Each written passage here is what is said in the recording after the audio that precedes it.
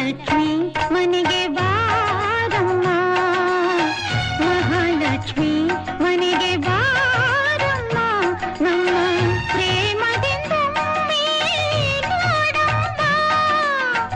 ಶುಕ್ರವಾರವು ಪೂಜಾ ಸಮಯವು, ಶುಕ್ರವಾರವು ಪೂಜಾ ಸಮಯವು, ನೀ ಬರದೆ ಸುಖ ಶಾಂತಿ ಕಾಣೆವು.